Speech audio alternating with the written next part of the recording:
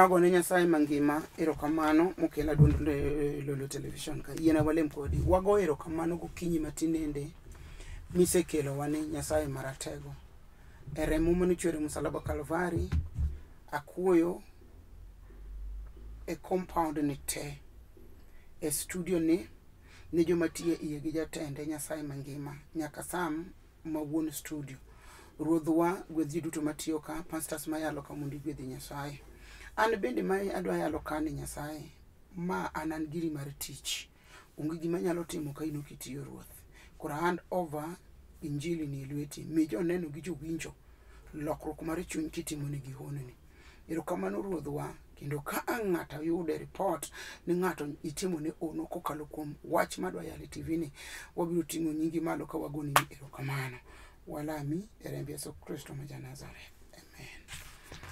Adwaro mondo asom kod mo mar Isaya 41 matindo 13 wacho niya nikech an Ruoth Nyasaye ma Nyasachu ema amako bedeu makora chwich kendo awachonu niya kik ubed maluor nimar an ema akonyou. Isaya 54 matindo 17 to koro onge gire lweny molosi ni mondo ohinyi mano hinyi bende inilo buche duto modonjnie mano e pok ma jotich Ruoth Nyasaye yudo adier mano e gweth ma asemiyogi an Ruoth Nyasaye ema wacho kamano. Koro weya mondo achak lero wach maroma lero kelo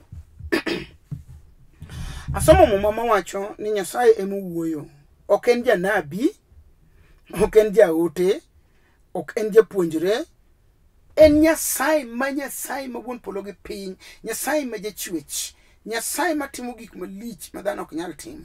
Owacho ni nikech an Ruoth Nyasaye ma Nyasachu wan kod nyiseche anaselemo kama yude ka ng'ato keto Nyasache oketa kila Nyasache adier kendo geno kuom Nyasache no ma onge gima nyalo timo ka Nyasache no okalo kuome. To wach mamora ni gin nyiseche ma samoro nyakalondo puga mawuoyo ma jachin wuoyo iye to samoro gin nyiseche mochung' mag sanamu otemo kabisa to mama nomiyo Baal Elijah owuoyo kod Jobal mokonegi ni yaye samoro dhi wuoth samoro pod onindo samoro wiyo wil chiewe ura chiewa kasa ura kasa tiende ni nitiere nyiseche moko kony ok kel kwe nyiseche moko kel duoko to mano ochune Elijah jatisbe mondo tugi gi rieko yani gi paro matin mar Jobal. Nitie samoro ma ng'ato nyalo wuondi to tiyo kode gi paro matin e kinde ma wachomo ni wan kod nyiseche ma jomoko loso to wuondogo ji ni mago Nyasaye wan kod alama ji goyo mag wach Nyasaye to ok en Nyasaye. Wachni nomiyo Elijah nodhi e piny Jobal moyudo kitiyo gi Nyasaye moro mok Nyasaye to wachno nohinyo chunye nikech nong'eyo Nyasaye ma Nyasache eka nochuno mondo yud direction from the Lord mokone gi ni koro sani ibiro fweny Nyasaye ma Nyasaye adier to gi nyiseche ma ang' nokel mach ko ai polo mondo wang' misango ema biro bedo Nyasaye. An be an ka mondo koni ni biro ng'e Nyasaye ma watiyone nang'o ka Nyasaye otimo hono ting'eyo ni en Nyasaye kochango jatuo ting'eyo ni en Nyasaye kokelo nyathi ech manok nya tingo nyathi ting'eyo ni en Nyasaye kochango neko ting'eyo ni en Nyasaye kotieko pressure ting'eyo ni en Nyasaye. Awacho niya kinde mwantiego ni dwani ng'ato ka ng'ato mondo tang' Yesu wacho ni ok ne joma luonga ni ruoth ruoth ema nodonji no mana joma timo gima wuoro me polo dwaro. Wan gi ji mang'eny maluongo ni ruoth ruoth but ok gitim dwach Nyasaye yani ok gilam Nyasaye original mangima.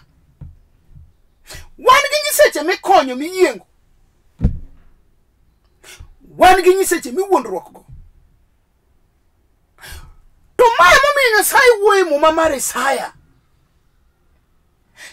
nikech an Ruoth Nyasaye ma Nyasachu, nikech an Ruoth Nyasaye ma Nyasachu. Tiende ni Nyasaye ne wuoyo kamano kong'eyo ni nitiere nyiseche moko ma ji umore. Ung'eyo ni nitiere nyiseche moko ma ji pandore. Ung'eyo ni nitiere nyiseche moko ma jomoko luwo bang'gi. Wachni nochune karo opong'o Isaya janabi. To teko mar maler kopong'o Isaya janabi to Nyasaye wuoyo gi lew Isaya. Nikech an Ruoth Nyasaye ma Nyasachu. An te Ruoth Nyasaye ma Nyasachu. Adwani winj wachni maler. Isetemo ndi pok iyudo dwoko. Wuono bi ir Ruoth Nyasaye ma Nyasachi. Isewuotho ndi pod racha. Wuono wani nyim Nyasaye ma Nyasachuwa. Nikech an Ruoth Nyasaye ma Nyasachu. Teko maro malero pongo janabi Isaya. Koka Nyasaye wuoyo kokalo kuom lew janabi Isaya. Nikech. Tini Nyasaye oseneno ka ji ok dhi, ok chal, ok wuoth gadier. Ji bagni kind par ariyo. Ji chandore kagi kaja kapi wangi chwer gi ketho mwandu oko. Kagi paro ni gidhi yudo resruok. To wachni nochuno Nyasaye. Ma Jehova biro gi teko mang'eny. Heko lor kuom Isaya ma wuod Amos. Isaya ni. Ema ka Elisha tuo mako Ezekia tuo mako dhitho. To Isaya makoro wuoyo kuom ni roho opong'o Nyasaye ochuno mondo oor wachni. Ema Nyasaye wuoyo go. Dhiringi Ezekia. Ikone ni ok notho. Opog mwandu ne nyithinde. Mor gi Ezekia jatich Nyasaye. Sama noterne report no biro tho. To ang'o paro kako setiyo ni Nyasaye. Jopolo kare nitie tich minyalo paro ne Nyasaye. Kone en tich mar konyo ji. Mano tich par ne Nyasaye. Ka wach moro maki. To an mae momiya ero kanisni ma ka ng'ato gola chiero kuma par temi ye receipt. To ka wach moro moko matek to wuodho riside ka to koni Ruoth ne kaka tiyo niga. Ang'o momiyo ma obiro ta tiyo ni kama. Mano kende bwogo Nyasaye moko na dier jali tiyo na. Okawacho ni an gi nia moro. Muma wacho ni Ezekia ka Isaya okelo ne wach. To kone ni okotony entotho. Koro chak pogo mwandu ne nyithinde. To wachno nochwado Ezekia kalisasi. Wachni ai datho sani adier. To paro tich mosetiyo ne Nyasaye. To loko ndiko wacho no lokore kor ot. To ywak malit. Koni Ruoth pare kaka setiyo ni. Asetiyo ga dimba nyimi. Maonge gi mibadhi. Ji mang'eny owar to nigi mibadhi. Ji mang'eny jokwedhe to nigi mibadhi. Ji mang'eny jotelo to nigi mibadhi e kanisa. Chieng' moro wan gi pastor moro. To okahero galando gima timo. To onena katimo gimoro moka bifulo. To wacho na dier itimo gini. Akona timo kechan jatich Nyasaye. To wacho na ni achiel wi apar asewuotho ka yalo injili. Jotelo mag kanisni kaka pastors yalo. Bisobe kod joma moko mabet nenore e mustari wa mbele mar wach Nyasaye. Ok tine Nyasaye. Gen kada chiel kuom paro gigol. Gen gidwaro mimiyo gi. Enorembo kibo. Oyawo mana dhoge maduong' chalo dho nyang'. En madonjo kuome modwaro to mimiyo Nyasaye to kochiwo. To kona ni nyalo timo kama diere ti jatelo. Akone joma telo ne gigo nyaka mimi fuano ni Nyasaye nyaka tine. Ika gin be gibiro tiyo. To kibede ramuth. Bede nde. To jogo tine Nyasaye nikech chiro kiti. Mawe mondo atere wach ni nyaka ne jotelo makanise. Magin gi kore gin magidwaro mondo migi. To gin ok miji. Apako Nyasaye. Kendo kata od Nyasaye kanyo bende ok kiti. Chiel kuom par nyinge onge, sadaka nyinge onge, konyo jomodhier nyinge onge, ene modwaro findo te. Mawacho ni Hezekia notiyo ne Nyasaye. Miye ka chieng' moro ka wacho biro matek kuom Isaya, to wachne ne nyako tho ok otony. Amacho ni gima sandi no samo ok inyal tony. To gima biro goli lwet gino, pare Nyasaye gik misetimo nyime. To ka onge to chakwa mondo ine ka Jehova dadi gino oko. Nitie moko michwado gi tiyo ne Nyasaye. E kanisa ni kanyo be ong'eye kaka ng'at manyalo golo sadaka kata chiel kuom par. In ema wuoyo kodi in. Puonjo ti puonjo ndi. Kendo kipuonjo ji tetni gik moko wuok madongo to in to. Hezekia noywak ne Nyasaye. Mokone ruoth pare Nyasaye pare kaka setiyo nyimi gadimba. Wach matin machal kamano nodhi direct, onge gima ogeng'e kor yamo ka, direct straight away nyaka ir Nyasaye. To Jehova wacho ni Hezekia parona kaka osetiyo nyima ok otho. Kara nitiere tich manyalo geng'o tho manego ng'ato. Kara nitiere tich manyalo duogo ne ng'ato ndalo. Nitiere tich ne Nyasaye manyalo yawo rangeye. Apako Nyasach Israel. Haijalishi nitiyo kanye, haijalishi ni chiwo ni nitero kura mana kuchanda, adwana yao pachi kati ibed pasta, ibed padri, gima nyaki ng'e ni ndiko wacho ni wanto wane tine ento inugwedho. Mane kako ndiki? Okondiki ni ya ni jo mwande manuti. Okondiki ni ya ni jo chane manuti. Apana. Okondiki ni nyaki kanisa matiyo. Okondiki kamano. Ondiki ni un to unutina.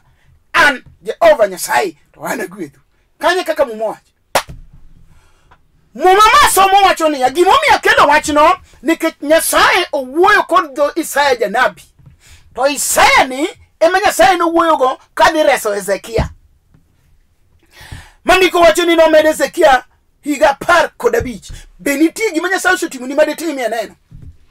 Benitie gimidwaro mondo Nyasaye otim ni chiemo richunge time neno. Benitie wach mora mora miwinjo ka pek machalo kod kidi, chalo kod kidi mar nyol, chalo kidi mar pong, chalo chuma mar reru, o pek makati chwado ok dhi. Wan gi Nyasaye mano duogo ne Hezekia ndalo. Obiro duogo ni sani gigi ma jachien osemayi. Nyasaye biro duogo ne kecho ndiki mo ma Joel. Ni mae kinde ma Nyasaye biro duogo no gik ma jachien osekawo. Ing'eyo ni engimani jachien osekawo giginde. Chom Nyasaye tir biro neno gik madongo ma Nyasaye timo. Mawacho ni Nyasaye no pongo Isaya gi Roho Maler to ochuno dho Isaya mondo wach mawacho ni kech an ruoth Jehova Nyasaye ma Nyasachu. Nekech an ruoth Jehova Nyasaye ma Nyasachu. Akani winjo wach mawacho no Nyasaye ma Nyasachwa. Akani winjo ndiko no nekech an ruoth Jehova Nyasaye ma Nyasachu. Mano en plural mar ji te. Onge ng'amudo. Obed Rauro, obed janeko, obed jamifwadhi, obed jadhiro, obed jandege, obed jamitoka, obed jandigo, obed japiko, obed jatiende, obed jaod lum, obed od mareba, obed gorofa. Nyasachu. Everybody. Mano kopogo ng'ato. Koro mumawacho ni nikech an ruoth Nyasaye ma Nyasachu. Adoni winjo maber kod bed jakongo ma kongo rano. Nyasaye en Nyasachi. Awacha adier.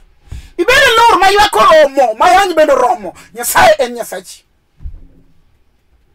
Ibede ng'ama jachien okelo kuome gimiluongo ni the spirit of rejection. Kawuono Nyasaye ni biro bedo Nyasachi. Beni in kama intie.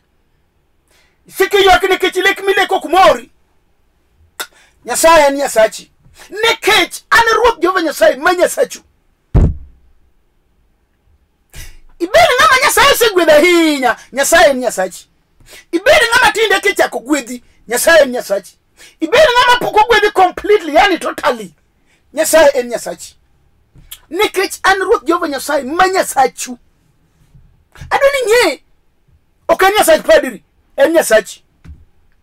Ok en Nyasach right, left, reverend. En Nyasachi. Nyasaye ma Nyasachu.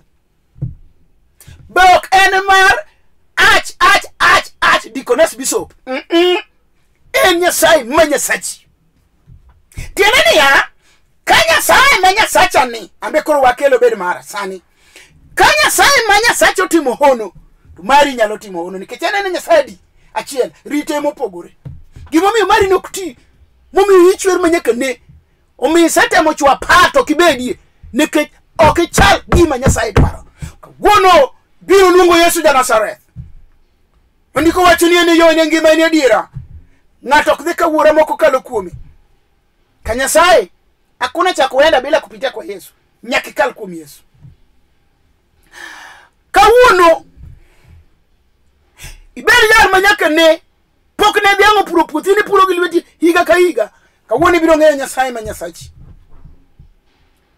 yana wacho ni obed ni in kod tuo ma ni ated period Januari nyaka Januari kawuono biro ng'eyo Nyasaye ma Nyasachi wiji isenyuol nyithindo sasa enyuol nyithindo sasa moko sonya ke kibanga kawuono nitie Nyasaye ma Nyasachi obedi dana mane viteri no mono to morumo no ne githo maraj kawuono gichieri ni ngimani gichieri omera Nyasaye ma Nyasachi kawuono biro ng'eyo ni nitie Nyasaye moro ma Nyasachi weri gi Nyasachi din manye Nyasaye sani to mana mamari owacho ni nikech an ruoth Nyasaye ma Nyasachu ema amako badu makura chwich kendo awacho ni ya kikubed maluor ni mar an ema konyou koro luoro rumo sani bat makora chwich an ma kora chwich ibeni tim kaka timo bada makora chwich Nyasaye koro makini kechine miwacho mano wach makoro winji nyis Nyasaye e wade ka wade mawuok e muma lem go nini kech ane mamako badu makora chwich mi Nyasaye badiwa dabe nyen in da miye imiye ni ruodhe wacho ni mako bada makora chwich makwa maki Nyasaye maki bada ni okudoko ka okimako koro mak mi Nyasaye mak badi makora chwich nikech an ruodh Jehova Nyasaye ma Nyasachu ema mako badu makora chwich koro kikuluor nikech ane makonyu ne konyruogi ok ari nyathini mar Amerika akweri bende konyruogi ok ari sala e pesa ni michamo mar misara e payslip akona bende konyruogi ok akum kombe madongo ma in got awacho ni konyruogi be ok ari ori moro mariembo ndege apana konyruogwa amana in Nyasaye nikech Nyasaye wacho ni enemo makobado makora chwich kasto konyowa kono adwani iroch gik moko me pachigo emiroch ni anan gi niang manya puro eka 100 biro konya ok konyi konyruogwa amana ir Nyasaye delete ywe yani ruch te gimi paro ni nyalo konyi ka Nyasaye konyi onge wan gi ji musiko sara nyithindo nikech owuoro ni konyruoge aira juoga ok konyi Nyasaye kende e jakony wan gi ng'ama kawuok kada kodhi timo mana interview to onang buru biro tawe ibiro yangi mawacho nini buru biro loko ikidio yika iti yangi bura to for nothing duog ir Nyasaye ka ko Nyasaye wacho ni enemo konyowa enemo makobado makora chwich weluor Nyasacha usiwok piny mondo konyi Nyasaye ma an mawuoyo ni an ka okariwo gi mari an akia gik ma Nyasaye osetimoni to bang'eyo ni biro time neno ma woro nyogocho nani ni sama na yale TV ta wacho ni ng'ama nigi chandruoge no koro to mak TV Nyasaye dwa tiyo kaka no makono e kaka gima ne sande no rumo nogo sime kago menenduru oyuak ni ang'o maneno ni kare nitie Nyasaye adwa ni ng'e ni nitiere Nyasaye nitie nyati mone ng'ato neno ni an Nyasaye no idho na ndege kuwuok US ndege Nyasaye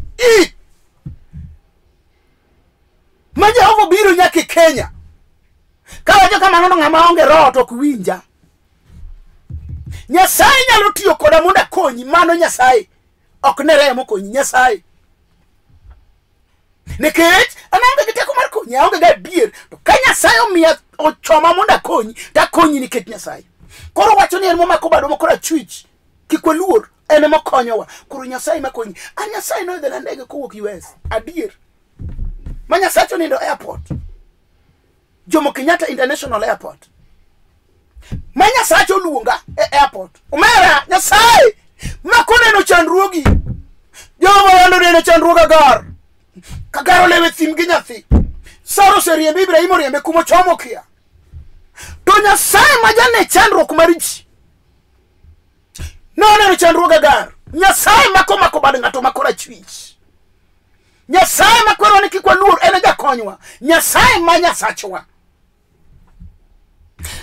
Yuda Agar ka pio rumo mano mi Agar mondo mi nyathi. Nyathi ywak. Agar dwa wito nyathi ni kecho kia kumo chakgo. Kuma nyo yuda konygo korumo. Ing'eyo ni nyalo yudo konygo kamoro mi par ne mane Nyasaye. Akona.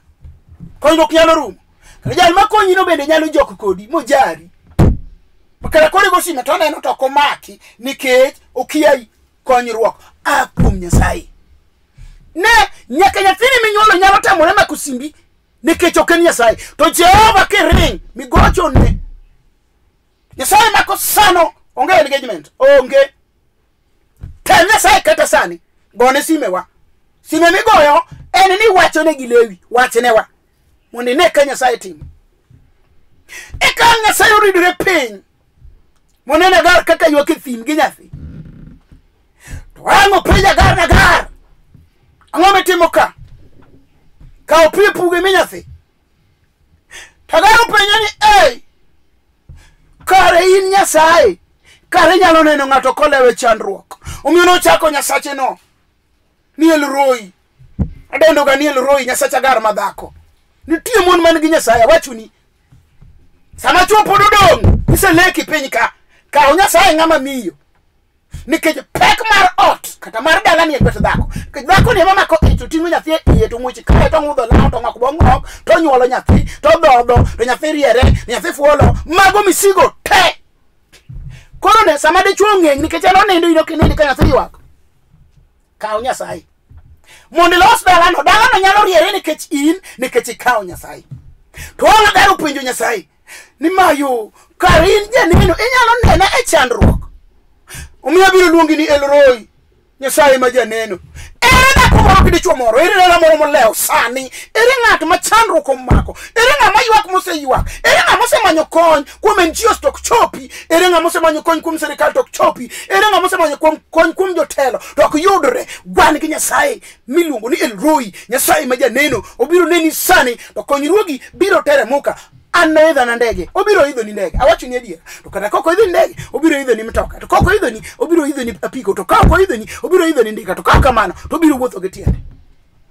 Nikech sama no dhi ir Agar, onge gima no idho. Agar opoya kaka no biro kodo no kala usi, okia en gimo fwenyo ni Nyasaye onene chandruok. Be idwaro sani mondo Nyasaye ma jamba mbadi kora chwich onene chandruogi nikech adier kata kayalo ka to chandruok opong'i. Kamiting chelo kitere onge. Isemanyo pate ma isema ng'amsoma tisero klimero tenge to kia isetima. Ngo tisedhi ya juke to segoni gagi to kia timre nade tisedhi hospital itimu mchanganyiko malum. Wan gi Nyasaye manyalo mako mabad ng'ato makora chwich ka chandruok orome. No nena Agar magaro chakini El Roi. Be in gi wach muwinjo Nyasaye tim ni sani. Kaywak maduong' owuok e piny Sodom gi Gomora. To Jehova wacho polo mano moma wacho kamano. Okone nikech ywak maduong' owuok e piny Sodom gi Gomora. An Ruoth Jehova Nyasaye aridora adhi gi tienda mondo ane ka ywak maywak e piny Sodom gi Gomora ni en adiera nikech an Nyasaye an jadiera. Be ing'eyo ni ywak ni nyim Nyasaye nyalo miyo Nyasaye lore kom duong'ne mobi wuoth gi tiende mondo ng'i ka ywak ni no be en adier. No wuotho gi tiende kodhi e piny Sodom gi Gomora mondo ne ka ywak mar jo Sodom gi Gomora en adiera koso miriambo. Ang'o miwinjo? Nyasaye nyalo lor sani nikech en mowacho muma ni en momako badwa makora chwich to konyowa kik wabed maluor. Ang'o miseluor? Ajuoga mane moselawi. Apenji anyuola osewacho ang'o kuomi. Apenji nyiradi minyuolo to pok okel dhok. Ang'o mosetimore? Dong ni chako gedo odni bokwam. Dala bota migoyo.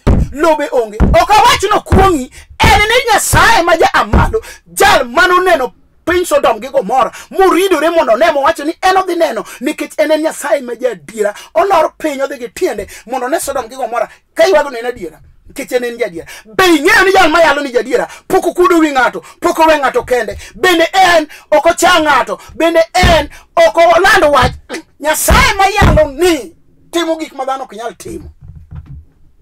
Bidore mondo lor sani. Ang'o minjo komako chunyi kamano? Ang'o matami bedo gi kwe yana ngo matami ninde odi ango wan gi chuo moko mok ninde bedroom gi ninde sitting room wan gi mon moko mok ma akena wachi nade ka wuono nitiere nyasaye moro madwa animalo sani awinjo pekne kanitie awinjo tekone mang'eny asachwano nitie odwa timo sani wach Moses sandi no kadwa donje yani kadwa duora I wach no nikech in bi ng'e gi Moses sandi ok owinjo kwa ni orodha magik machandi ing'eyo gi Moses sandi to maesa mamuma wacho ni onge gir lweny molosi mondo hinyi mano hinyi onge gir lweny biro ma hinyi nikech kechomo Nyasaye gi wach chome Nyasacha ni gi wach sani ondiko ni ene Nyasachwa to mako bado makora chwich kikweluor ene mokonyo obiro konyi sani kata jachieno yie kodo dagi obiro konyi kode wasigo pongo dhodi moko ni ng'ane ok dokonyre obiro konyi nikech en Nyasaye ma Nyasaye duto te